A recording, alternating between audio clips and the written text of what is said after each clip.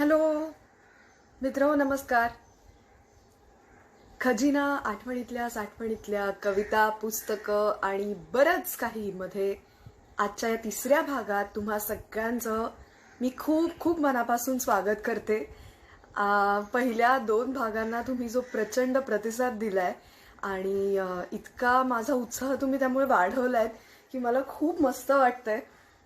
असाच प्रतिसाद तुम्ही देत राहा असं मला वाटतंय. खूप मित्र इथे हळूहळू जॉईन होत आहेत. अम्या वाघ आलेले आहेत या लाईव्ह मध्ये आणि ते मला हाय करतात. हाय अम्या. आणि सगळेच हळूहळू यायला लागलेत. अरे क्या बात आहे यार, धप्पा धप. म्हणजे 634 जण आलेले आहेत. 736. ओ माय गॉड, क्या बात है. वा वा वा, आय एम सो हॅपी. आणि मला खात्री आहे हा जो एक प्रचंड वाढता नंबर आहे त्याला कारणही तसंच आहे. कारण आज आपल्याकडे जे पाहुणे, जे गेस्ट, जो माझा मित्र आपल्या या कार्यक्रमात सहभागी व्हायला येणार आहे त्याचं नाव आहे सुबोध भावे. सुबोधची मी तुम्हाला काय ओळख करून देणार मित्रांनो. प्रत्येक मराठी घराघरांमध्ये सुबोधचं नाव पोहोचलेलंच आहे. सुबोध हा अत्यंत लाडका अभिनेता आहे महाराष्ट्रातल्या सगळ्या मंडळींचा. आणि तो जितका उत्कृष्ट अभिनेता आहे, आज मुद्दाम या कार्यक्रमामध्ये त्याला बोलवण्याचं कारण हे आहे की आपण वाचनाशी रिलेटेड गप्पा मारतोय आणि माझ्या सगळ्या मित्रमंडळींमध्ये प्रचंड वाचन असणारी, त्या वाचनाला एक काहीतरी शिस्त असणारी अशी जी मंडळी आहेत त्याच्यामध्ये सुबोधचं नाव खूप वरती आहे. फक्त अभिनयच नाही तर सुबोध लेखक आहे. त्याने स्वतः लिहिलेलं घेई छंद हे पुस्तक आपल्या सगळ्यांना माहिती आहे. आणि असा एक लेखक आणि अभिनेता, आणि किती त्याच्याबद्दल बोलावं तितकं कमी आहे. आणि मला फार अभिमान वाटतोय की आजच्या कार्यक्रमात तो सहभागी होणार आहे. आणखी एका गोष्टीसाठी, कारण आपण सगळेजण आता या अशा एका पिरियडमध्ये आहोत जिथे आपल्यापैकी सगळेच जण पहिल्यांदा आपल्या स्वतःचा विचार करतात आणि मग आपण बाकीच्यांचा विचार करतो. मग समाजात काही प्रश्न आहेत का, या सगळ्या गोष्टींचा विचार करतो. सुबोध हा मला माहित असलेल्या अशा व्यक्तींपैकी एक आहे ज्याने सामाजिक कामासाठी कायमच पुढाकार घेतलाय. तो कायम व्होकल राहिलाय. त्याने सगळ्या कलाकारांची मोठ बांधून जेव्हा आपल्याकडे सांगली साताऱ्याला पूर आला होता तेव्हा सुद्धा खूप प्रचंड काम उभं केलं होतं. किंवा आत्ता सुद्धा या काळामध्ये कठीण परिस्थितीत सापडलेल्या लोकांची तो मदत करतोय. असा हा एक अत्यंत सहृदयी माणूस आहे. बहुश्रुत असा हा कलाकार आहे. आणि I am so so glad की आज तो आपल्याशी गप्पा मारणार आहे. मला फक्त 2 मिनिटं द्या. मी त्याला आपल्या या गप्पांमध्ये ऍड करायचा प्रयत्न करते.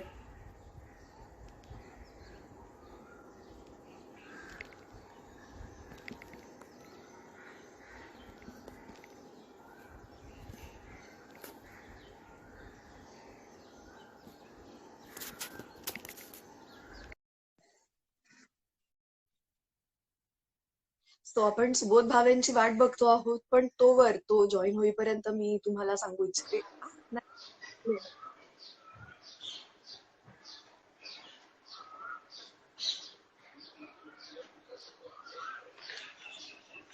मी आलोय स्पृहा.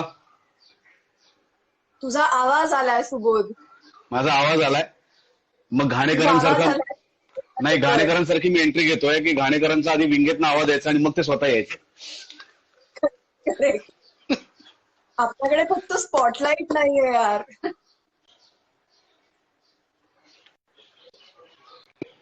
एक सेकंड थांब. येस. होल्ड कर. सो सुबोध आपल्याला प्लीज ते बंद करशील, माझा जॉईन अजिबात होतोच नेट मिळत आहे. नाहीये. बंद कर. मला तशी करायचीच आहे.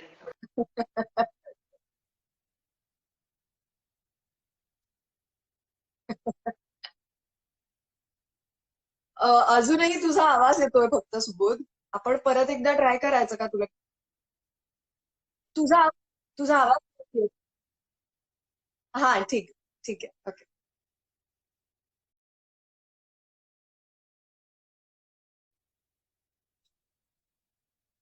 सो सुबोध आपल्याला परत जॉईन करेलच. तत्पूर्वी मला तुम्हाला सगळ्यांना हे सांगायचंय, खूप रिक्वेस्ट येत आहेत काय या कार्यक्रमात मी ऐकवावं ह्याचा.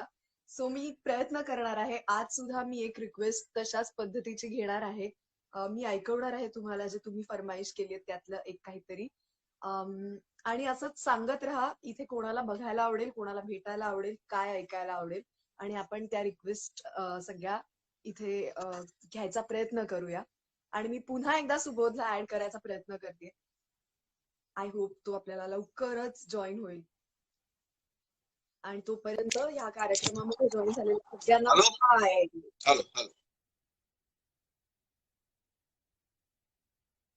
नाही नाही नाही सुबोध, हार्ड लक. अजूनही नाही. तुझा आवाज येतोय, का तू दिसत नाहीये.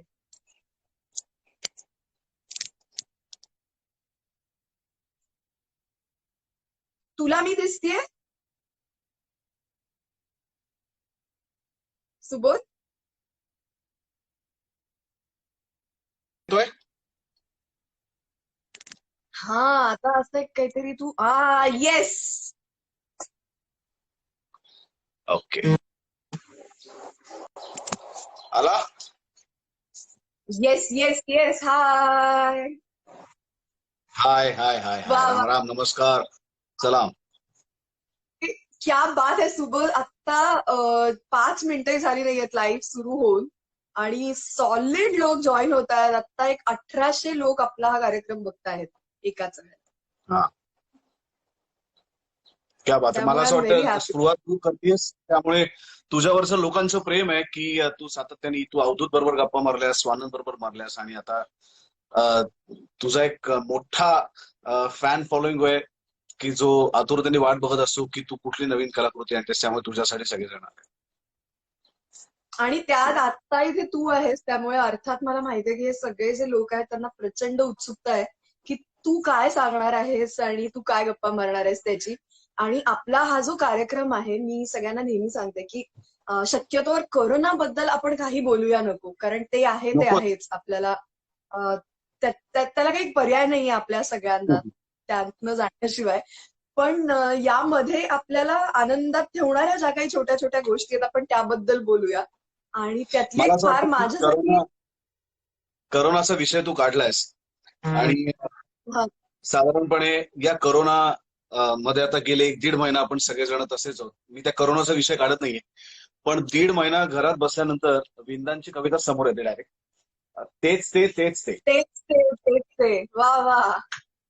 सकाळपासून रात्रीपर्यंत तेच ते तेच ते सकाळपासून रात्रीपर्यंत तेच ते तेच ते माकड छाप दंतमंजन तोच चहा तेच रंजन तीच गाणी तेच तराणे तेच मूर्ख तेच शहाणे सकाळपासून रात्रीपर्यंत तेच ते तेच ते. खानावळीही बदलून पाहिल्या, खानावळीही बदलून पाहिल्या, जीभ बदलणं शक्य नव्हतं. खानावळीही बदलून पाहिल्या, जीभ बदलणं शक्य नव्हतं. काकूपासून ताजमहाल सगळीकडे सारखेच हाल. नरम मसाला गरम मसाला तोच तो भाजीपाला तीच तीच खवट चटणी तेच तेच आंबट सार सुख थोडे दुःख फार. संसाराच्या वडावर स्वप्नांची वटवगुळे, संसाराच्या वडावर स्वप्नांची वटवगुळे या स्वप्नांचे शिल्पकार कवी थोडे कवडे फार. वा. पडद्यावरच्या भूतचेष्टा शिळाशोक बुळा विनोद, पडद्यावरच्या भूतचेष्टा शिळाशोक बुळा विनोद भ्रष्ट कथा नष्टबोध 9 धागे एक रंग व्याभिचाराचे सारे ढंग. पुन्हा पुन्हा तेच भोग, पुन्हा पुन्हा तेच भोग आसक्तीचा तोच रोग, पुन्हा पुन्हा तेच भोग आसक्तीचा तोच रोग. तेच मंदिर तीच मूर्ती तीच फुले तीच स्फूर्ती तेच ओठ तेच डोळे तेच मुरके तेच चाळे तोच पलंग तीच नारी सतार नव्हे एक तारी. करीन म्हटले आत्महत्या, करीन म्हटले आत्महत्या रोमिओची आत्महत्या. वा.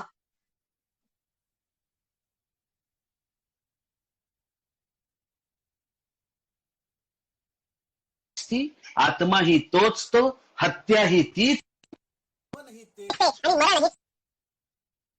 मरणही तेच ते. क्या बात है. वा वा. काय विंदांच्या थोड शब्द कवितेशिवाय आहेत. दुसरं काही सापडलंच नाही. किती मस्त आणि किती ऍप्ट आणि केवढी सार्वकालिक म्हणतो आपण तशी ही कविता आहे. वा वा सुबोध, हो. मजा आली यार. म्हणजे सुरुवातच अशी या कवितेने व्हावी आपल्या या गप्पांची. किती मस्त आहे. हो, पण कारण काय झालंय मला माहिती स्पृहा गेले काही हम्म. नाही नाही, सांग तू, मी नंतर विचारेन.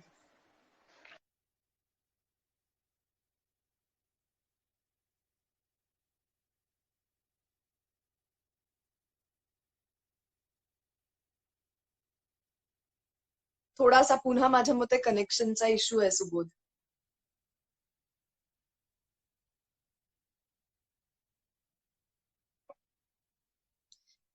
मीनव्हाईल जे सगळे मित्र येत आहेत त्यांना मी पुन्हा हाय करते. आणि ऐकता काही हे पुढे पुढे पुढे जात आहेत नावं. अम, समीर विद्वांस, अमित फाळके, सगळ्या मित्रांना हाय. समीरने मला सांगितलं होतं कॅमेरा थोडासा पॅन कर. आय होप समीर, मी मी थोडस प्रयत्न केलाय चेंज करायचा, तर ते झाले का मला सांगशील हा समीर. सुबोधच्या कनेक्शनमुळे पुन्हा तो चॅट मध्ये नाहीये. मी त्याला परत ऍड करतेय. आय एम शुअर या चॅटची सुरुवातच इतकी कमाल झालीये की गप्पांना आणखी आणखी मजा आणि रंगत येत जाणार आहे निश्चितपणे. ऋग्वेदी म्हात्रे आलेले आहेत. हाय ऋग्वेदी. हॅलो हॅलो, हाय सगळ्यांना, जे जे हाय करतायत त्यांना. हाय हाय. सॉरी, मध्ये एकदम हा, सगळंच कट झालं. हो हो हो, आय आय गॉट इट. म्हणून मी परत हम्म. तुला रिक्वेस्ट पाठव. आपल्याला खलील अभ्यंकर हाय स्क्रूबोध असं म्हणतोय, तर खलीलला हाय. हाय कलील. सो म्हणजे मी आपल्या चॅट मध्ये इंटरप्ट होण्याआधी तेच म्हणत होते की सार्वकालिक म्हणतो आपण तशा पद्धतीची कविता मी कधीही ऐकली तरी कुठल्याही काळात वेगवेगळ्या रेफरन्सने ती करेक्टच वाटते. हो. फार मजा येते ती ऐकायला. पण सुबोध, मला सांग, तुझं जे वाचनाचं वेड आहे ते कधीपासनं लागलं, आणि शाळा, घरचे यांचा त्याच्यात कसा काय सहभाग होता त्या वाचनामध्ये? वाचनाचं माझ्या घरी लहानपणी, तुझ्याही घरी येत असतील ऑफकोर्स, किशोर नावाचं मॅगझिन यायचं, किंवा हो. किशोर, चंपक आणि चांदोबा वा या वा. 3 गोष्टी कंपल्सरी होत्या. म्हणजे त्याच्याशिवाय काही पर्याय नव्हता. आणि त्या तिन्ही गोष्टी माझ्याकडे यायच्या. आणि लहानपणापासून किशोर असेल, किंवा चंपक असेल किंवा चांदोबा असेल, याच्यातलं वाचायची सवय लागली. आणि त्याच्यात खरं. वेगवेगळ्या व्यक्तींबद्दल तर कळायचंच, पण त्याचबरोबर त्याच्यामध्ये अनेक विज्ञानाविषयी सुद्धा गोडी निर्माण व्हायला लागली.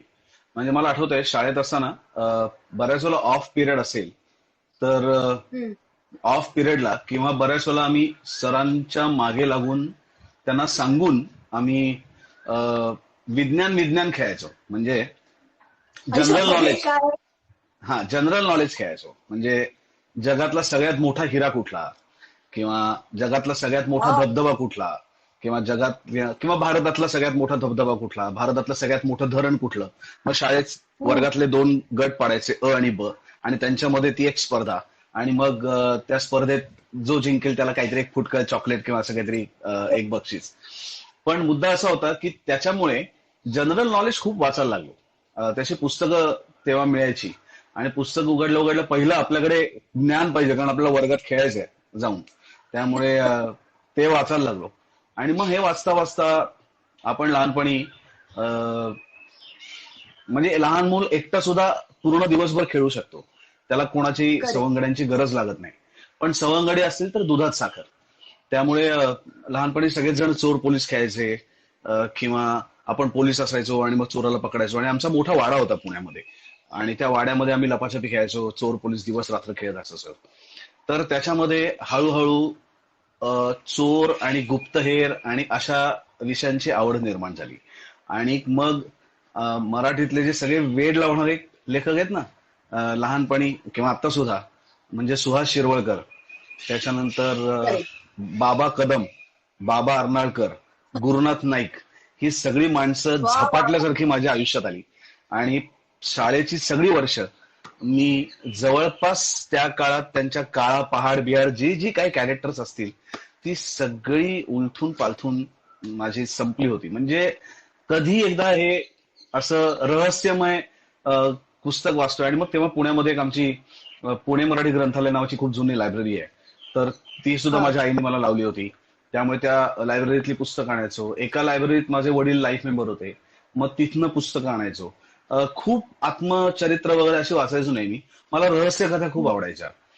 किंवा शिवाजी महाराजांचं चरित्र असेल किंवा आपल्या ऐतिहासिक व्यक्तिरेखांचं चरित्र असेल ते वाचायला खूप आवडायचं. पण असं व्यक्तिचित्रण वगैरे किंवा खूप सामाजिक वगैरे विषय मी अजिबात वाचायचो नाही. आजही मला त्याचा खूप कंटाळा येतो. मला असं वाटतं की मी खूप स्वप्नात रमणारा माणूस आहे. मला कल्पनेत राहायला खूप आवडतं आणि मला परीकथा वाचायला भयंकर आवडतात. त्यामुळे मी मला पण रहस्यकथा, परीकथा मी मी वेड्यासारखं वाचू शकतो. मला पण आणि तुला गंमत सांगते म्हणजे मला ना हम्म, नंबर्स ज्याच्यात मी खरं तर कुठल्याही पद्धतीची पुस्तकं वाचलीत लहानपणापासून हम्म. हाताला येईल ते मी वाचायचे पण त्यात सुद्धा मी ज्याच्यामध्ये आकडेमोड आहे किंवा वैज्ञानिक माहिती आहे अशी पुस्तकं कधीही वाचली नाही आणि मला ती इतकी कंटाळवाणी वाटायची इतकी कंटाळवाणी आणि त्यात ते हॅन्स अँडरसनच्या परिकथांचं माझ्याकडे पुस्तक होतं हम्म. किंवा सिंदबादच्या 7 सफरी किंवा हा. अशा ज्या टिपिकल गोष्टी अलिबाबा आणि 40 चोर किंवा अरेबियन नाईट्सच्या गोष्टी हो. ही सगळी पुस्तकं म्हणजे मला वेळ लागायचं ती वाचता वाचता आणि असं वाटायचं की ते आहे सगळं आपल्या आसपास करेक्ट करेक्ट ते मला करेक्ट दिसतंय. करेक्ट पण करेक्ट. मला काय वाटतं की तुझ्या बाबतीत तू आता जे सांगतोयस ना की ती ऐतिहासिक गोष्टी असतील किंवा चरित्र असतील हम्म, नंतरच्या काळात ऐतिहासिक हम्म. व्यक्तिरेखांची ती कुठेतरी तुला नंतर उपयोगी आली जेव्हा तू ठरवलंस की तुझ्यासाठी तू रोल्स क्रिएट करशील. असं नाहीये. म्हणजे अ, आधीच्या वाचनाचा नंतरच्या कॅरेक्टर्स वरती कितपत इम्पॅक्ट पडला मला माहित नाही. अ, हा. पण इतिहासाविषयीच मला खूप आवड आहे. म्हणजे इतिहास हा माझा अतिशय आवडता विषय आहे. त्याच्यात मला मार्क कधी मिळाले नाहीत हा भाग वेगळा. पण मला मनापासून पण मला हा म्हणजे त्याच्यात मार्क मिळणार वेगळा विषय आहे. पण मला मनापासून इतिहास खूप आवडतो. असं काहीतरी गुप्त वगैरे असं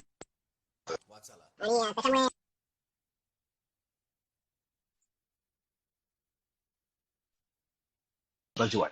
मग ती कुठली असो. मग ती फक्त भारतातलीच असतील असं नाही. तर ती रोम मधली असतील तरी सुद्धा ती मला आपली वाटतात. कारण त्या इतिहासाशीच माझं काहीतरी नातं आहे असं मला वाटतं. आणि बालगंधर्व करताना किंवा लोकमान्य करताना आपण आता काही वेगळ्या पद्धतीने आपला आयुष्याचा प्रवास करूया नट म्हणून असं काही ठरवलं नव्हतं. इतकं जर मला बुद्धिमत्ता असती तर मी ऍक्टर झालोच नसतो. मी काहीतरी वेगळं केलं असतं आयुष्यात. पण ती बुद्धिमत्ता नसल्यामुळे मी या क्षेत्रात आलो. काय अह, पण काही नाही. पण बालगंधर्व वाचल्यानंतर असं वाटलं की त्यांच्या चरित्रात मला पहिल्यांदा परीकथा आढळली. आणि हो. मी तुला म्हटलं ना की व्यक्तिचित्रण मला फार तेवपर्यंत मला कधी आवडले नाहीत. पण बालगंधर्व वाचल्यानंतर मला बालगंधर्वांच्या चरित्रापेक्षा सुद्धा त्यांच्या परीकथेने खूप अस्वस्थ केलं. म्हणजे उदाहरणार्थ जुन्या एखाद्या परीकथेमध्ये समजा सिंड्रेलाचे बूट गेल्यानंतर जर तिचा आईने छळ केला असतं तिच्या सावत्राईने तर कसं वाईट वाटलं असतं. तसं बालगंधर्वांचं चरित्र वाचून मला खूप वाईट वाटलं. मला असं वाटलं की का या माणसाच्या बाबतीत असं घडावं आणि का नियतीने इतका क्रूर खेळ त्यांच्याबरोबर करावा. आणि ते वाचून खूप लागलं मनाला आणि म्हणून त्यांच्यावरती चित्रपट करावासा वाटला की त्यांचं चरित्र लोकांपर्यंत पोहोचवावं म्हणून. आणि मग पुढचा परत बरोबर. परत मी सांगत नाही पण बालगंधर्वांमुळेच लोकमान्य आले आणि मग कट्यार. तर त्याच्या आधी मी नाटक केलं होतं त्यामुळे त्याच्यावरती सिनेमा डोक्यात होताच. मग कट्यार आलं आणि अचानक स्वप्नात नसताना अभिजित देशपांडेमुळे घाणेकर आयुष्यात आले. त्यामुळे असं कुठलाच प्रवास ठरवून झाला नाहीये. वाचनाची आवड मात्र तशीच होती. मला अजूनही खूप वाचायला मला व्यंकटेश माडगुळकर सुद्धा वाचायला खूप आवडतात. म्हणजे बनगरवाडी असेल त्यांचं मांडेशी माणसं असतील किंवा गदी माडगुळकरांच्या छोट्या छोट्या कथा असतील किंवा शंकर पाटलांचं एक वेगळ्याच प्रकारचं गावातलं वातावरण उभं करण्याची हातोटी असेल. दमा मिराजदारांचं खूप हलकं फुलकं लिखाण असेल किंवा राजन खानांचं अतिशय बुद्धिमान पद्धतीने लिहिलेल्या त्यांचे वेगवेगळे विषय मांडलेले असतील. तर ही सगळी लेखक मंडळी खूपच जवळची वाटतात. पण मला सामाजिक काही वाचायचं म्हटलं ना की माझ्या छातीवरती आजही दडपण येतं. मला असं खूप मनापासून मी एखादी सामाजिक गोष्ट नाही वाचणार. कोणी दिलीच अगदी की हे काम यांचं आहे ते वाच. म्हणजे आता बाबा आमट्यांवरची कादंबरी मी वाचली, किंवा अजून काही एक दोघा लोकांवरची, म्हणजे अनिल अवचटांचं पुस्तक मी वाचलं. पण असं ठरवून एखादी सामाजिक गोष्ट नाही वाचावीशी वाटत, कारण मला असं वाटतं की बऱ्याच वेळा माझं माझं मनोरंजन हे खूप, मी परत तेच सांगतो की मी खूप कल्पनेत आणि खूप परिकथांमध्ये रमणारा माणूस आहे. मला सिनेमे सुद्धा सामाजिक वगैरे बघायला आवडत नाही. त्यामुळे माझं वाचनही तसंच आहे. मला वाचनही परिकथेच, मला माझ्या आयुष्यात येणारे ते जे पुस्तकांचे आणि सिनेमांचे क्षण आहेत ना, ते मला असं वाटतं की त्या परिकथांनी मी इन्स्पायर होतो. त्या परिकथांनी मला खूप एनर्जी मिळते. मला खूप काहीतरी, म्हणजे मी अजूनही झोपताना माझ्याकडे मिस्टर इंडियाचं घड्याळ आहे असं स्वप्न बघत झोपतो. म्हणजे त्या काळी लहानपणी So बघितलेल्या चित्रपटाचे परिणाम अजून माझ्यावरती आहेत. मला अजूनही असं वाटतं की माझ्याकडे आता जर मिस्टर इंडियाचं घड्याळ असतं तर मी त्या वुहानमध्ये गेलो असतो, चायनामध्ये, आणि त्या व्हायरस नेमका कुठनं निघाला त्याचा शोध घेऊन तिथला तिथे त्याची मान मुरगळून त्याला मारून टाकलं असतं, असं अजूनही मला स्वप्न पडतं. त्यामुळे मला खूप कल्पनेत रमायला, खूप परिकथांमध्ये रमायला आवडतो. मला या सत्य आजूबाजूच्या परिस्थितीमध्ये शक्यतो नको असं वाटतं, आणि म्हणून त्या परिकथा खूप जवळच्या वाटतात, ज्या इन्स्पायर करतात जगाला. सुबोध, समीर विद्वांस आपल्या बरोबर आहे आता लाईव्ह सेशन मध्ये. त्याने मध्ये आपल्याला एक प्रश्न विचारलाय तुला की जय तेंडुलकरांच्या नाटकांबद्दल काय सांगशील? कोणाच्या? विजय तेंडुलकरांच्या. विजय तेंडुलकरांची नाटकं, अगेन मला असं वाटतं की रिअलिस्टिक त्या काळात त्या नाटकांनी खूप वादंग घातला. म्हणजे सफर, मी विजय तेंडुलकरांचं जे पहिलं नाटक माझ्या आयुष्यात आलं, ज्यांनी मी तेंडुलकर वाचायला लागलो किंवा तेंडुलकरांची भेट झाली, तर ते सफर नाटकच मुळात कल्पनेतलं नाटक आहे. वा. आणि ते तेंडुलकरांना मी जेव्हा सरांना विचारलं की सर तुम्हाला हे नाटक कसं सुचलं, तर त्याच्यावर त्यांनी मला सांगितलं की मी घरात म्हातारपणी, आता मला बाहेर व्यायाम करायला जाता येत नाही, आणि मी घरातल्या घरात ती व्यायामाची सायकल आहे, ती सायकल चालवत मी घरात बसलोय, आणि ती सायकल घरातच चालवते. म्हणजे माझा जो प्रवास आहे तो फक्त घरातल्या घरातच चालू आहे. तर तसं त्यांनी ते हो. कॅरेक्टर निर्माण केलं की एक 40शीत आलेला मुलगा की ज्याच्यावरचे लहानपणापासून संस्कार असे आहेत की त्याला इतकं कोंडून घरात ठेवलंय, इतकं दाबलंय आई वडिलांनी त्यांच्या पंखाखाली, की त्याची शक्ती विचारांच्या पलीकडे जातच नाहीये. त्यामुळे तो जो जगप्रवासाला निघालाय तो सुद्धा त्याच्या व्यायामाच्या सायकलवरनं जगप्रवासाला निघालाय, आणि तो त्याच्या कल्पनेप्रमाणे पात्र निर्माण करतो, आणि त्या पात्रांबरोबरचा त्याचा संवाद हे ते सफर नावाचं नाटक आहे. आणि त्यामुळे तेंडुलकरांचं पहिलंच नाटक जे माझ्या आयुष्यात आलं तेच सफर होतं. आणि मग गिधाडे वाचलं, मग घाशीराम कोतवाल वाचलं, मग अशी पाखरेती वाचलं. अशी पाखरेती सुद्धा परत खूप अतिशय इन्स्पायरिंग, अनलाईक तेंडुलकर नाटक आहे, पण किती गोड नाटक आहे अशी पाखरेती. आपल्याला तेंडुलकर म्हणल्यानंतर मादी, गिधाडे अशीच सगळी नाटकं माहिती आहेत, किंवा सखाराम बाइंडर. पण ह्याच्या पलीकडे तेंडुलकरांचं सफर असेल, तेंडुलकरांचं अशी पाखरेती असेल, तेंडुलकरांचं विठ्ठला विठ्ठला असेल, तेंडुलकरांचं नियतीच्या बैलाला सारखं नाटक असेल, तर ही किती वेगळी नाटकं तेंडुलकरांची होती. आणि म्हणून म्हटलं की काय होतं, सामाजिक प्रश्नांविषयीचा राग नाहीये. म्हणजे आपण सगळे कलाकार मिळून आपण सातत्याने सामाजिक गोष्टींबद्दल नेहमीच अग्रेसर असतो. पण एक लक्षात आलंय की फक्त तुम्ही विचार करून समाज बदलत नसतो. आणि एका अगदी. पॉइंटला हे आपल्याला कळलं पाहिजे की समाज बदलणारे आपल्याही पेक्षा अतिशय थोर आणि मोठे मोठे लोक होऊन गेले. म्हणजे अगदी संत ज्ञानेश्वरांपासून संत नामदेव तुकारामांपर्यंत सगळे होऊन गेले, पण समाजात काहीही फरक पडला नाही. त्यामुळे आपण काय करू शकतो, तर आपल्याकडनं आपण कलाकार म्हणून समाजात आनंद निर्माण करू शकतो, आणि त्याच्यासाठी आपल्याला जन्माला घातलंय असं मला वाटतं. म्हणजे तुला 2 वेळचा शहाणपणा नाही शिकवता आला लोकांना तरी चालेल, पण किमान तुझा सिनेमा किंवा तुझी कलाकृती बाहेर म्हणजे बघून बाहेर पडताना त्यांच्या चेहऱ्यावर एक हास्य उमटलं पाहिजे. आणि जेव्हा जेव्हा तुझी कलाकृती त्यांना आठवेल तेव्हा तेव्हा त्यांचा दिवस त्या कलाकृतीच्या आठवणीत चांगला गेला पाहिजे, की जेणेकरून त्यांना उद्याच्या दिवसाला सामोरं जाण्याची एक ताकद तुझ्या कलाकृतीतून मिळेल. त्यामुळे त्या मुद्दामून सामाजिक करणाऱ्या गोष्टींविषयी मला फार राग आहे. जे तुम्हाला मनापासून मांडावं असं वाटतं ते त्या चित्रपटाच्या आणि कलेच्या ताकदीला वापरून तुम्ही मांडू शकता. पण मी आता काहीतरी सामाजिक करायचं ठरवतोय असा जो एक आव घेऊन लोक त्या सामाजिक याच्यावरती तुटून पडतात, त्याच्यात मला अडकायला आवडत नाही. मला परिकथांमध्ये रमायला आवडतं, ज्या परिकथा सुद्धा खूप मोठा सामाजिक आशय देत असतात, आणि म्हणून मला त्या परिकथांमध्ये रमायला आवडतं. तू आता इतकं सुंदर बोललास, मला वाटतं हे म्हणजे यातले बिट्स अँड पीसेस रेकॉर्ड करून ठेवावेत. इतकं छान बोललास तू. आणि आता गप्पा निघाल्यात या विषयावरचा, म्हणून एक किस्सा आठवला, तो फक्त मी शेअर करते हा. कारण तो पुन्हा बालगंधर्वांशीच निगडीत असलेला किस्सा आहे म्हणून. त्यामुळे मला तो तुला सांगायला आवडेल की कसे विचार येत जातात पुढे पुढे, माहित नाही, चमत्कार आहे. पण तुला तर माहितीये की बालगंधर्वांचा प्रयोग चालू असताना जॅक्सनचा वध झाला. अनंत कान्हेरेंनी जॅक्सनचा वध केला रत्नागिरीला. आणि त्याच्यानंतर बालगंधर्व खूप फ्रस्ट्रेट झाले होते. त्यांचं असं म्हणणं होतं की एवढी लहान लहान मुलं ही अशी देशकार्यात सहभागी होत आहेत, आणि हे आपण काय करत बसलो आहोत, की आपण नाटकं काय करतो आहोत, आणि आपण हे काय सगळं पोसाकी करतोय. तर यावर खाडीलकरांनी त्यांना समजावलं गंधर्वांना, आणि ते म्हणाले की प्रत्येक व्यक्तीला काही हातात तलवार घेऊन देशसेवा करण्याची गरज नसते. तुला जे येतंय आणि तुला जे छान येतंय ते तू कर, आणि त्यातून तू समाज प्रबोधन कसं करता येईल ह्याचा विचार कर. आणि म्हणून त्याच्यानंतर गंधर्वांनी खाडीलकरांकडे नाटक मागितलं, आणि नंतर त्यातनं मानापमान नाटक आलं रंगमंचावर. Correct, correct. हे हा इतका सुंदर मुद्दा आहे खरं तर, की आपण आपल्याला जे येत आहे त्या पद्धतीच्या कामातनं सुद्धा कदाचित तो छोटा बदल असेल, पण तो घडत असतो काही ना काहीतरी.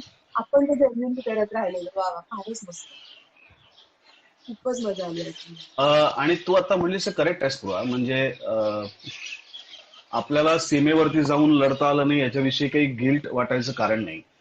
सीमेवरती जे लढतायत ते खूप मोठंच काम करतायत. त्यांच्याविषयी प्रचंड आदर आणि प्रचंड प्रेम मनामध्ये आहे, कारण त्यांच्यामुळे आपण सुरक्षित आहोत. पण देशप्रेम फक्त सीमेवर जाऊन लढण्याने सिद्ध होत नाही, तर देशप्रेम मुळात आधी सिद्ध करावं लागत नाही. पण आपण छोट्या छोट्या गोष्टीतनं आपलं देशप्रेम जपून ठेवू शकतो. परत की या सगळ्या कॅरेक्टरचा परिणाम तुझ्यावरती होत असतो. म्हणजे टिळकांचं चित्रपट करताना समीर विद्वांस जर ऐकत असेल तर आगरकर आणि लोकमान्य त्या कॉलेजच्या काळामध्ये पुण्याजवळच्या एका टेकडीवरती जायचे, आणि टेकडीवरती जाऊन रात्रभर चांदण्या बघून स्वप्नरंजन करायचे. आणि ते स्वप्नरंजन कसलं होतं? ते स्वप्नरंजन होतं स्वराज्याचं. आणि स्वराज्याचं स्वप्नरंजन कसं होतं? तर आपलं स्वराज्य जेव्हा तयार होईल, येईल, तेव्हा आपलं स्वराज्य कसं असलं पाहिजे, त्यातली व्यवस्था कशी असली पाहिजे, शिक्षण कसं असलं पाहिजे, व्यवसाय कसे असले पाहिजे, या गोष्टींचा विचार. म्हणून मी नेहमी सांगतो की लहान मुलं जे किल्ला तयार करतात ना, तर तसा किल्ला लोकमान्य टिळक आणि आगरकर बांधत होते स्वराज्याचा. की माझे महाराज इथे बसतील, माझी विहीर इथे असेल, माझा बोगदा इथे असेल, माझा वाघ आणि झू इथे असेल. तर लहान मुलं सुद्धा एक प्रकारचं त्यांचं त्याच्यातनं आकलन करत करत एक किल्ला बांधत असतात, आणि तसा किल्ला ते सुद्धा बांधत होते. आणि मग नंतर पुढची चळवळ त्यांना तशी मिळाली. मला असं वाटतं की एक पद्धत आहे की प्रत्यक्ष उतरून देशसेवा करणं. मग त्याच्यासाठी तुम्ही सोशल सर्व्हिसमध्ये जा, त्याच्यासाठी तुम्ही आर्मी, पोलीस किंवा त्यांच्या सगळ्या गव्हर्नमेंटच्या अलाइड सर्व्हिसेस जॉईन करा, किंवा पॉलिटिक्समध्ये जा. आणि एक आहे जे म्हणजे तुम्ही उत्तम नागरिक व्हा. ती सुद्धा खरंच उत्तम देशसेवा आहे. मग तुमच्या देशाचे असलेले नियम पाळा, तुमच्या देशाविषयीची आस्था ठेवा, तुमच्या देशात उगवणाऱ्या प्रत्येक झाडाविषयी, वृक्षाविषयी आणि जन्मलेल्या प्रत्येक माणसाविषयीचं प्रेम आणि आदर ठेवा. ही सुद्धा एक प्रकारे देशसेवाच आहे. आणि मला असं वाटतं की नाटक असेल, सिनेमा असेल, किंवा अजून ज्या काही कलाकृती असतील, चित्रकला आणि नाच आणि संगीत, तर कला का आपण त्याला मोठी मानतो? कारण कला, मला असं वाटतं की माणसाला माणसाशी जोडण्याचं काम ही कुठली कला करत असते. मायकल जॅक्सन आवडण्यासाठी मला अमेरिकेत जन्म घेण्याची गरज नाही. मला भारतात राहून सुद्धा मायकल जॅक्सन आवडतो, आणि अमेरिकेतल्या माणसालाही आवडतो, आणि ऑस्ट्रेलियामधल्या माणसालाही आवडतो. आमच्या सगळ्यांचं मायकल जॅक्सन विषयीचं प्रेम निर्माण केलं तर आमच्यातलं देश, भाषा, जात पात ही बंधनं निघून पडतात. आणि म्हणून तो कला आणि ते कलाकार मोठा असतो, कारण तो या सगळ्यांच्या पलीकडे माणसाला एकत्र आणून त्याला जोडत असतो, त्याला एकसंध करून ठेवत असतो. आणि तो जर आनंदात परिवर्तन आपल्याला करता आलं, एक आनंद आपल्याला त्यातनं निर्माण करता आला, तर त्या आनंदासारखं दुसरं ते चैतन्य कुठलंच नाही. किती किती खरं बोलतोस. माझे बाबा हे लाईव्ह बघतायत आणि ते सुद्धा कमेंट्स करतात. त्यांनी आता लिहिलंय तुला की खूप सुंदर उपमा आहे किल्ल्याची, आणि बाकी सुद्धा खूप लोक आपल्याबद्दल बोलतायत की खूप छान तुझे विचार आहेत आणि तू खूप सुंदर बोलतोयस. लोक तुझ्या भाषेचं कौतुक करतात की तू ती किती अस्खलितपणे वापरतोस. सो ह्या सगळ्या कमेंट्स मी सलग सगळ्यांच्या घेऊ शकत नाही, नाहीतर अशा आपल्या गप्पा होणार नाहीत. पण मी मध्ये मध्ये हे तुझ्यापर्यंत पोहोचवते की लोक काय काय म्हणताय.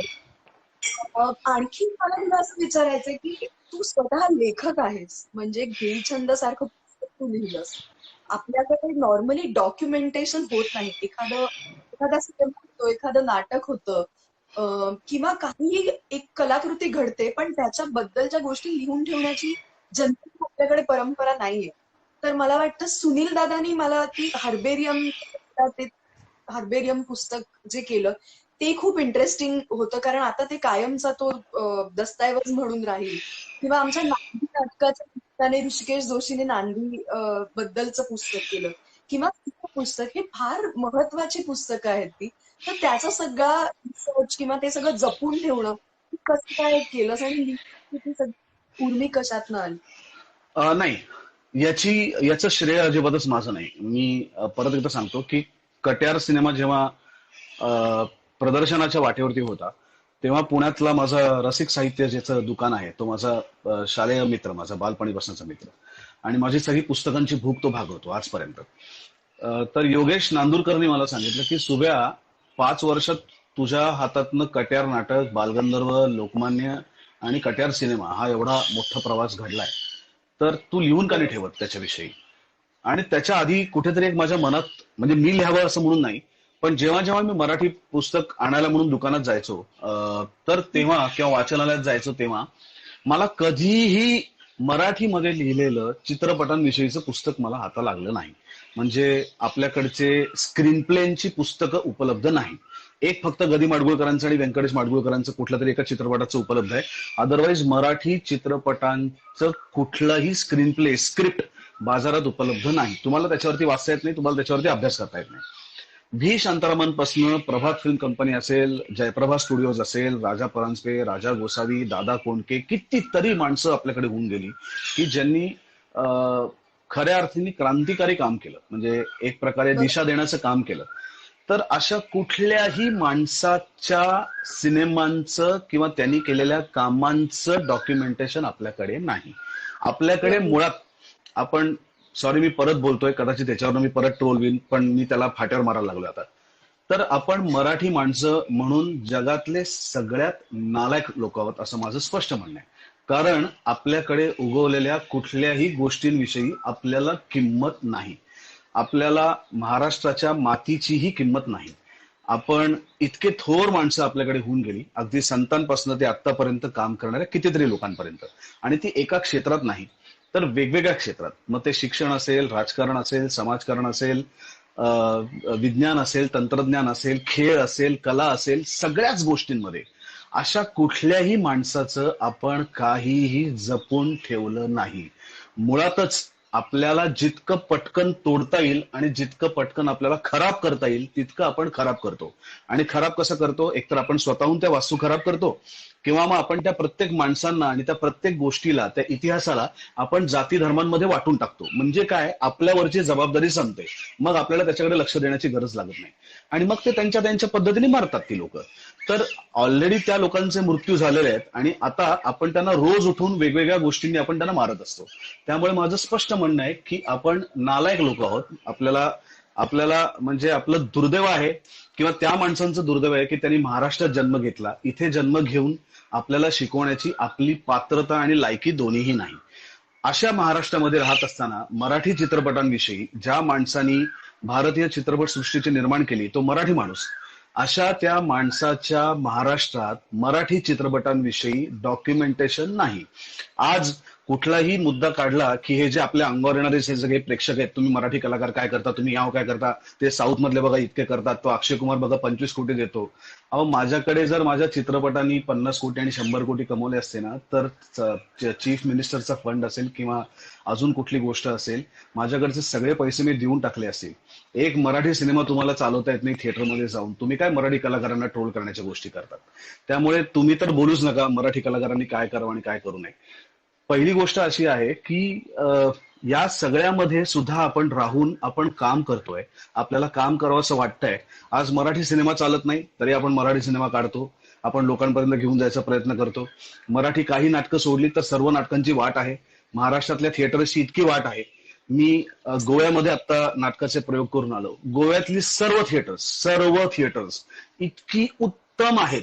त्यातली मेकअपची व्यवस्था असेल, लोकांची प्रेक्षकांची बसण्याची व्यवस्था असेल, थिएटर असेल, त्याचा आवार असेल, या सगळ्या गोष्टी बघितल्या की असं वाटतं की नाटक करावं ते गोव्यातच जाऊन करावं, महाराष्ट्रातही नाटक करू नये. इतकी घाणेरडी अवस्था आपल्या नाटकांची, त्याचंही आपल्याला काही वाटत नाही. आपण सगळं सरकारवरती ढकलून आपण मोकळ होतो. आता मला सांग, इतका जर का आजूबाजूला घोळ चाललेला असेल तर ह्याच्यातनं तुला काहीतरी असं वाटतं की बाकी मरू देत, माझ्या नंतर म्हणजे मला आत्मचरित्र अजिबात लिहायचं नव्हतं, जे लिहिण्यात मला शून्य इंटरेस्ट आहे, पण मला डॉक्युमेंटेशन करायचं होतं. कारण एका सिनेमामध्ये फक्त नट काम करत नाही तर त्याच्याबरोबर एक मोठी सगळ्यांच्या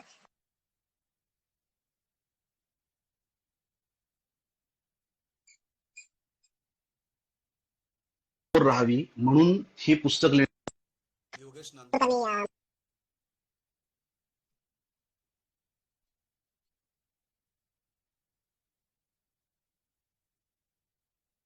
अभय इनामदार, त्याला मी विचारलं की अभया तू लिहिशील का रे, मी तुला सांगत जाईन.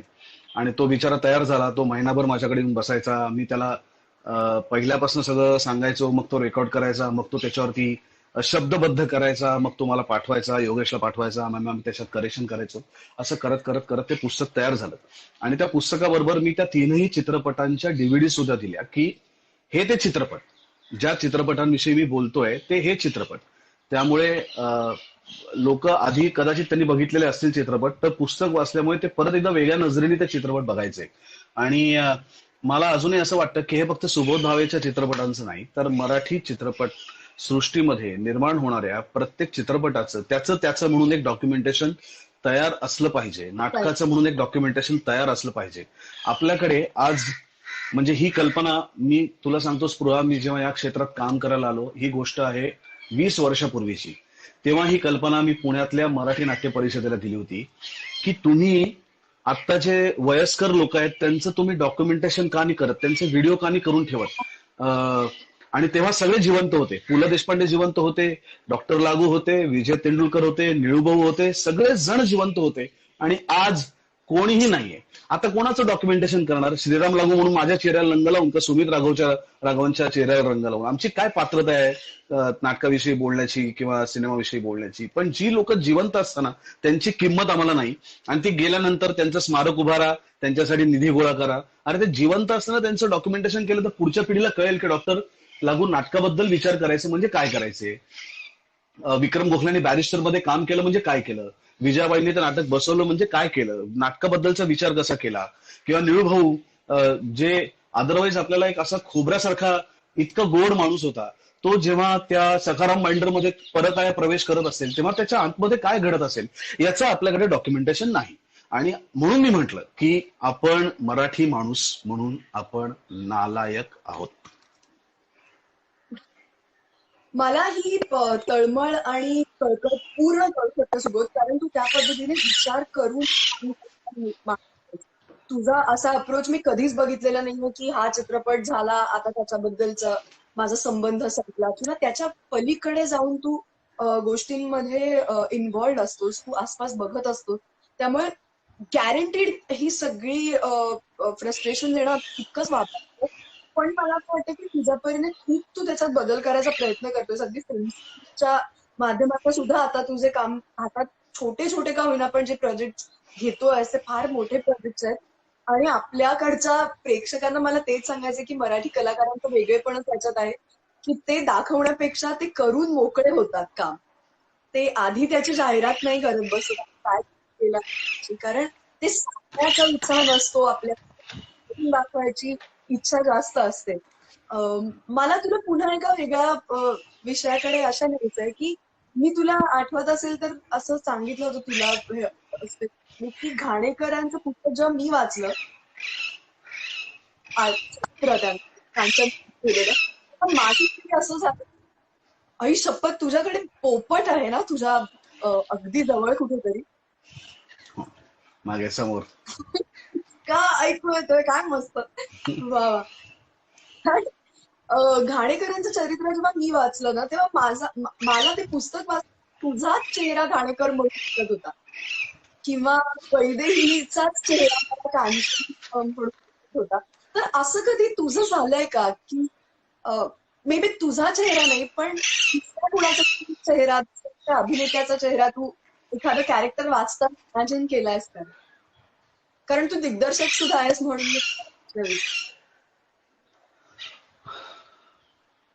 मी दिग्दर्शक नाहीये खरं तर. चुकून झालं त्या चित्रपटाला. मी इतका स्वार्थी अभिनेता आहे स्पृहा की कुठलंही पुस्तक वाचताना मला नाही दुसऱ्या कुठल्या कलाकारांचे चेहरे डोळ्यासमोर आहेत. ते स्त्री कलाकार, स्त्री पात्र असेल किंवा पुरुष पात्र असेल किंवा खलनायक असेल, नायक असेल, प्राणी असेल, त्या सगळ्यांमध्ये मला माझीच वेगवेगळी रूपं दिसतात. त्यामुळे इतका स्वार्थी अभिनेता आहे मी खूप त्या बाबतीत. मी नाही, हा म्हणजे आता माझ्याकडे जर एखादं प्रोजेक्ट डिरेक्टर म्हणून आलं तर मी विचार करीन कलाकारांचा, पण अदरवाईज वाचताना वाचताना नाही करणार मी. वाव, कमाल. मला आणखीन हे मी ठरवलंच होतं की काही झालं की आज तुला विचारायचं ते असं की तू लहान मुलांसाठी आजी सुबोधाराच्या गोष्टी असं एक सुरू केलंयस आणि तू छान गोष्टी वाचून दाखवतोस तुझ्या युट्यूब चॅनलवरती. तर मला याबद्दल प्लीज सांग, कारण हे सगळ्या जास्तीत जास्त प्रेक्षकांपर्यंत हे पोहोचावं असं मला वाटतं. स्पृहा, तुझ्या लहानपणी किंवा आपल्या प्रत्येकाच्या लहानपणी आपल्या बऱ्याचशा लोकांचे सुदैवाने आजी आजोबा होते. ज्यांचे होते त्यांना याचं सुख माहिती असेल, ज्यांचे नव्हते त्यांच्यासाठी या सुबोधदादाच्या गोष्टी आहेत. माझ्या लग्नापर्यंत काय, माझ्या लोकमान्याच्या रिलीज पर्यंत माझे आजोबा होते. माझे आजोबा वयाच्या 94-95 वर्षी गेले. आजी माझी थोडी आधी गेली, पण लहानपण माझं सगळं आजी आजोबांच्या मांडीवर गेलंय. म्हणजे मला रात्री आजोबांनी आणि आजीने गोष्ट सांगितली नाही तर मला झोप लागायची नाही. त्यामुळे मी कंपल्सरी त्यांच्या मांडीवर त्यांची गोष्ट ऐकत ऐकत झोपायचो. आणि आजोबा आणि आजी जेव्हा मला गोष्ट सांगायचे तेव्हा त्या त्या पात्रांमध्ये मी मला स्वतःला शोधायचो आणि त्या त्या पात्रांमध्ये शोधता शोधता मला झोप लागायची.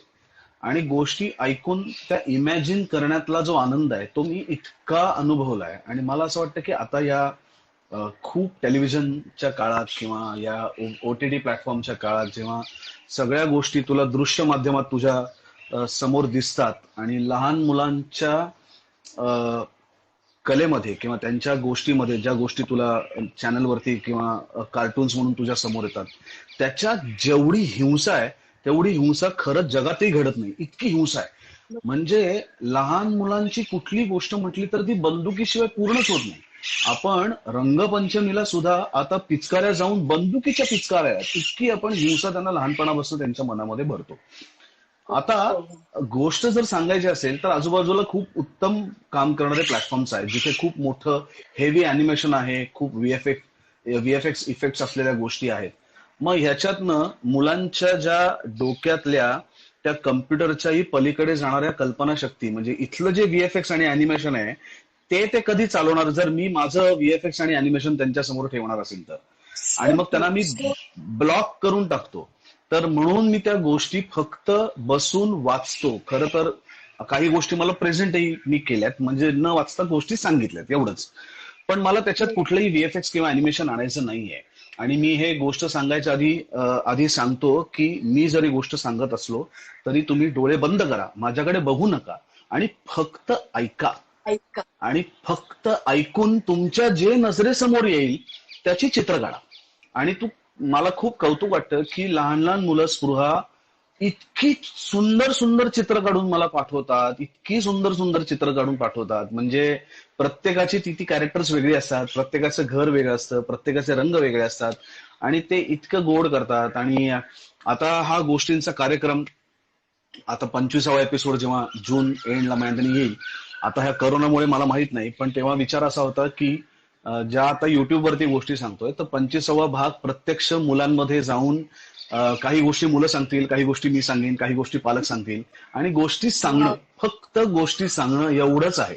आणि त्याचा इफेक्ट असा आहे की आपल्याला एखादी गोष्ट म्हणजे मी अत्यंत खूप जवळनं मला ऐकायला पण खूप आवडतं. म्हणजे माझ्या आठवणीतले दोन उत्तम वक्ते मी ऐकलेत. एक आहेत बाळासाहेब ठाकरे, एक आहेत अटल बिहारी वाजपेयी, एक आहेत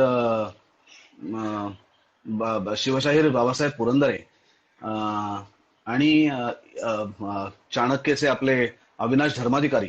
ही काही काही मंडळी इतकं सुंदर बोलतात. तर मला असं वाटतं आता गेल्या काही वर्षात मी स्पेसिफिकली प्रत्येकाचं भाषण मुद्दामून ऐकतो. भाषण ह्याच्यासाठी नाही ऐकत की तो किती स्फुल्लिंग चेतवतो, भाषण ह्याच्यासाठी ऐकतो की तो आपला विचार आपल्या भाषेत किती उत्तम पद्धतीने मांडतो. आणि दुर्दैवाची गोष्ट आहे की मी मगाशी बोललो तेच परत आहे, मराठी माणसं काय आहेत ते आता मी सांगायची गरज नाही. तर आपल्याला आपल्या भाषेविषयीचा इतका मोठा कॉम्प्लेक्स आहे, आपल्याला इतका कमीपणा वाटतो मराठी भाषेचा आणि आपल्या मराठी असण्याचा, की महाराष्ट्रात आपण मला असं वाटतं की काही दिवसानंतर आपल्या घरात सुद्धा आपण हिंदी आणि इंग्रजी बोलायला लागू, इतकी भीषण परिस्थिती आपण स्वतः आणून ठेवलेली आहे. तर अशा या मराठीच्या मारेकऱ्यांकडनं फार अपेक्षा नाहीच आहेत. पण आपण मराठीत जर तू एखादा विषय मांडायला सांगितलंस ना, तर त्याला तो उत्तम पद्धतीने स्वतःच्या भाषेतले शब्द वापरून मांडता सुद्धा येत नाही. आणि तो त्याला कुठल्याही पद्धतीने पूर्ण करता येत नाही. त्याला सतत वेगवेगळ्या भाषांमधल्या शब्दांचा आधार घ्यायला लागतो. त्याला एक विषय उत्तम पद्धतीने लोकांपर्यंत पोहोचेल अशा पद्धतीने मांडता येत नाही. आणि मग काय झालं की I can okay my Marathi is not that good. अरे का लाज वाटते मराठी म्हणून असण्याची. आणि मग ह्या सगळ्या गोष्टी किमान आपल्या भाषेत एक विचार व्हावा म्हणून त्या गोष्टी मराठीतच मी सांगतो. मग त्याच्यातल्या काही जुन्या आहेत, जे शब्द कदाचित अवघड असतील त्यांचे अर्थही मी सांगतो, की जेणेकरून ही मुलं जी गोष्टी ऐकणार आहेत तीच गोष्ट त्यांना त्यांच्या भाषेत ते शाळेत सांगतील, त्यांच्या मित्रांसमोर सांगतील, त्यांच्या आई वडिलांसमोर सांगतील, पण किमान सुरुवात करतील. कारण हीच मुलं मोठी होऊन मराठी भाषा वाहणार आहेत, पुढे घेऊन जाणार आहेत. आता ती पुढे घेऊन जायची की नाही हे आपण सगळ्यांनी ठरवायचंय. आपण जर त्यांना घाणेरडं मराठी दिलं तर तेच जाणार आहे आणि मग त्यांना मराठी बोलण्याची गरज काय.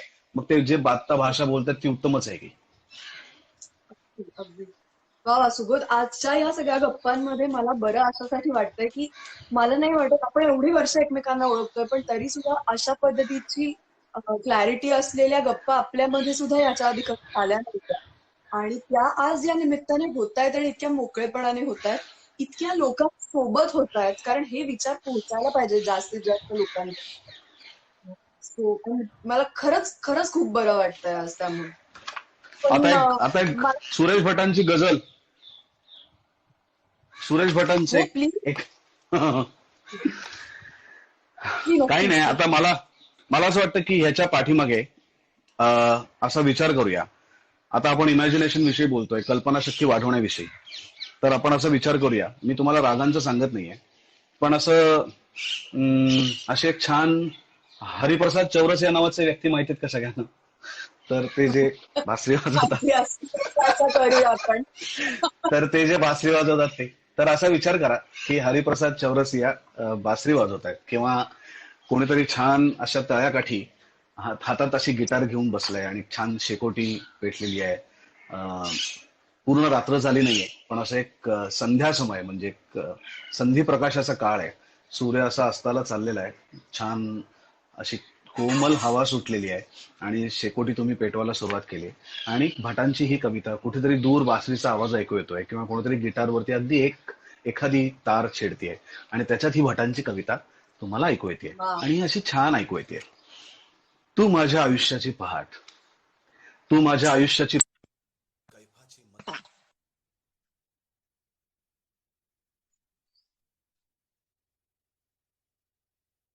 घेल जन्मांची आर्त साद, तू मानस कुंजातील वेणुनाद.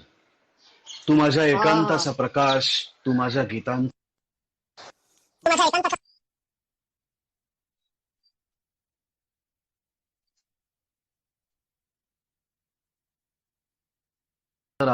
तू माझ्या स्वप्नांचा पारिजात.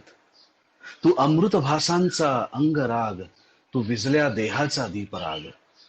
तू माझ्या जगण्याची वाटचाल, तू माझ्या रक्ताचा रंग लाल.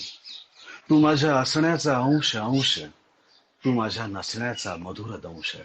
तू माझ्या नसण्याचा मधुर दंश. किती सुंदर. कल्पना शक्तीला जोर दिला की या सगळ्या गोष्टी इतक्या गोड वाटायला लागतात की आम्ही ऑलरेडी लिहिलंच आहे पटाने फार सुंदर, आणि मग त्या कल्पना शक्तीत ते अजूनच फळतात.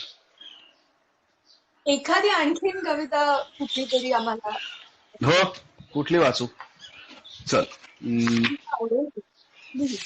खरं तर तुझं मला संग्रह नेमका सापडला नाही आता त्या सगळ्या पुस्तकांमध्ये. हा माझ्या वरता जो हाती लागला तो मी आत्ता घेतलाय. ओके.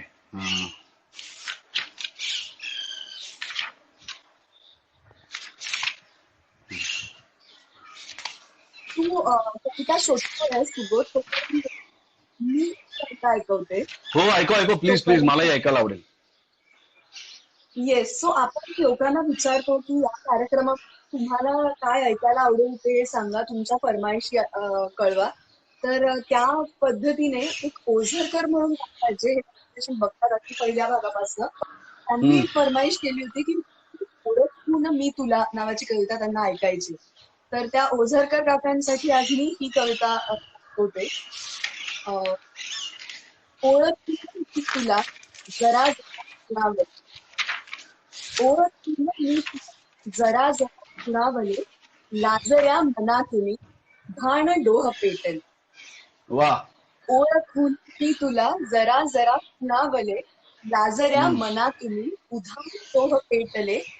प्रश्न आकळून मी कधीच उत्तरे दिली. वा. प्रश्न आकळून मी कधीच उत्तरे दिली. अधीर स्पंदनातुनी नवीन आस. वा. तालमी तुझी अबोल फुले. तालमी तुझी अबोल फुले. तुझाच पुस्तक अनाम फुले. कसे राहते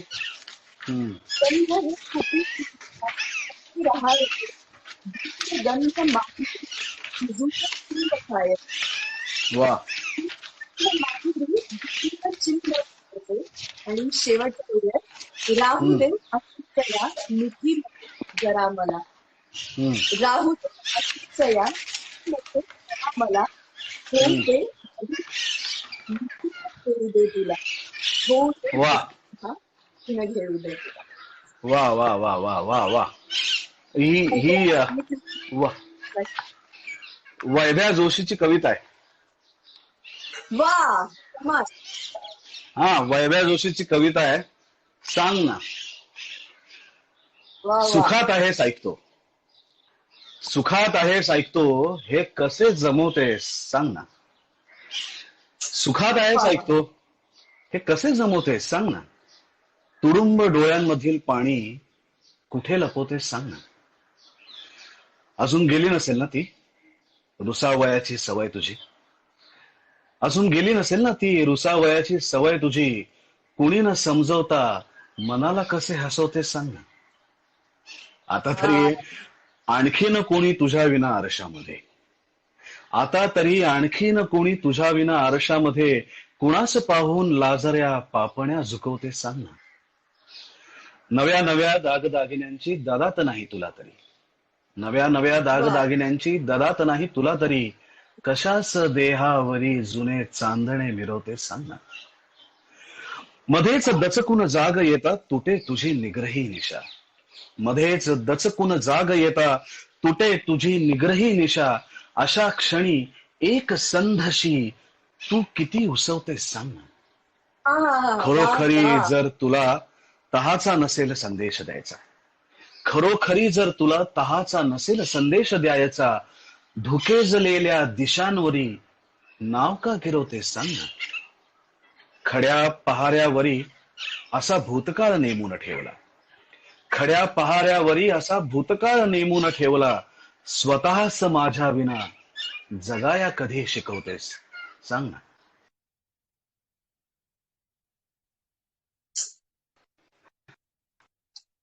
ही माझी फार आवडती कविता आहे. ही अजून एक वैराजी. हसता हसता डोळे अलगत येतीलही भरून, हसता हसता डोळे अलगत येतीलही भरून, बोलता बोलता शब्द ओठी जातीलही विरून. हसता हसता डोळे अलगत येतीलही भरून, बोलता बोलता शब्द ओठी जातीलही विरून. कावरं बावरं होण्यासारखं बिलकुल काही नाही, कोणीतरी आठवण काढतंय, बाकी काही नाही. रस्त्यामध्ये दिसतातच की चेहरे येता जाता, रस्त्यामध्ये दिसतातच की चेहरे येता जाता, एकासारखे दिसू लागतील सहज बघता बघता. अवतीभवती सगळीकडे तेच माणूस दिसेल, अवतीभवती सगळीकडे तेच माणूस दिसेल. सृष्टीमध्ये दोनच जीव, आणखी कोणी नसेल. भिरभिर लागत होण्यासारखं बिलकुल काही नाही, भिरभिर लागत होण्यासारखं बिलकुल काही नाही, कोणीतरी आठवण काढतंय, बाकी काही नाही.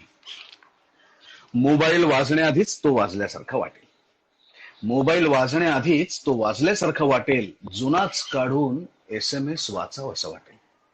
दिवस सरता वाटत जाईल उगाचच उदास, दिवस सरता वाटत जाईल उगाचच उदास. पावलो पावली जड होत जाईल बहुधा श्वास. घाबरून बिबरून जाण्यासारखं बिलकुल काही नाही, घाबरून बिबरून जाण्यासारखं बिलकुल काही नाही, कोणीतरी आठवण काढतंय, बाकी काही नाही. जेवता जेवता जीव घेणं लागेलही ठसका, जेवता जेवता जीव घेणं लागेलही ठसका. घरचे म्हणतील सारखा कसा लागतो उठता बसता.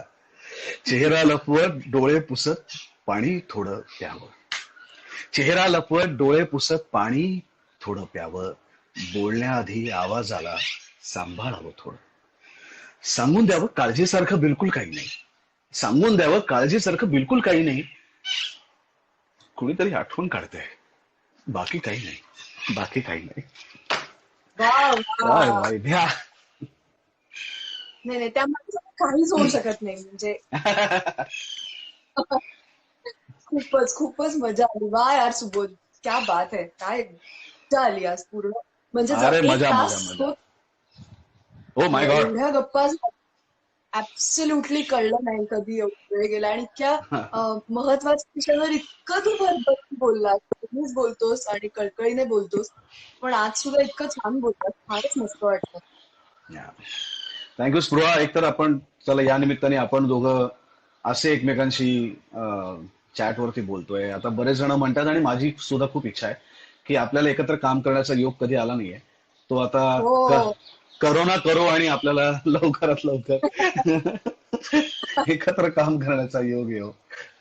Yes yes yes. आणि पुन्हा एकदा मी मनापासून थँक्यू म्हणते, कारण या प्रत्येक भागामध्ये मी तेच सांगते सगळ्या लोकांना सुद्धा, आणि जे आपले मित्रमंडळी येतात त्यांना सुद्धा, की उद्देश एकच आहे की अदरवाईजच्या धावपळीत जे एकमेकांशी बोलता येत नाही, जे सांगता येत नाही, जे शेअर करता येत नाही, ते या निमित्ताने केलं जावं.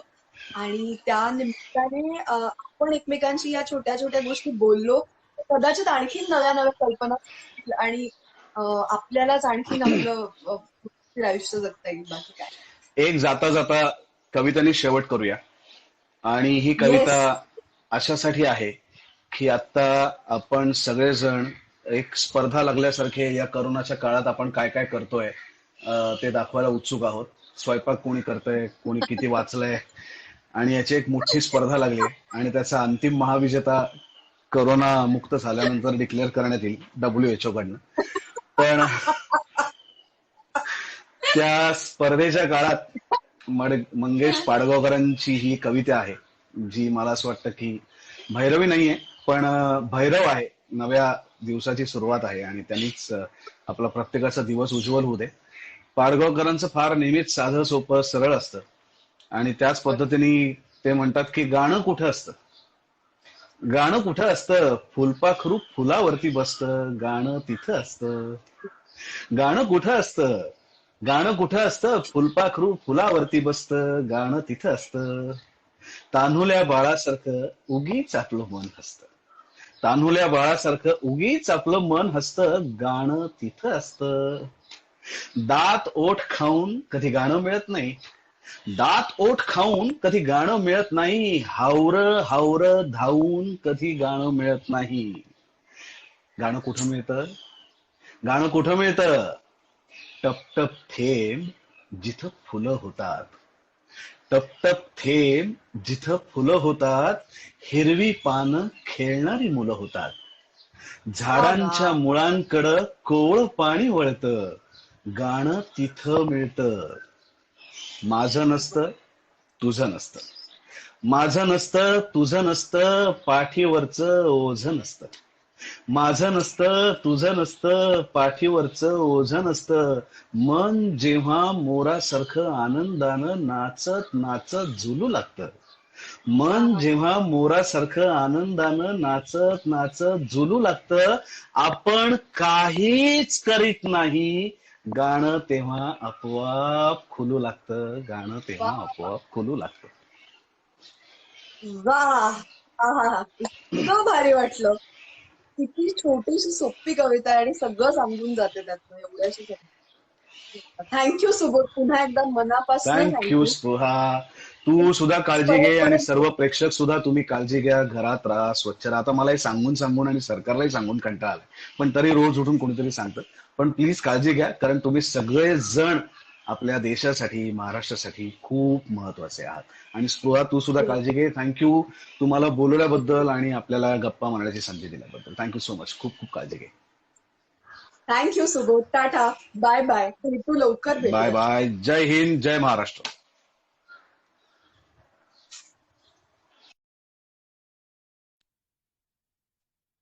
सो मित्रांनो, अशा प्रकारे सुबोध बरोबर गप्पा मारताना हा अख्खा एक तास कधी निघून गेला ऍब्सोल्युटली कळलं नाही.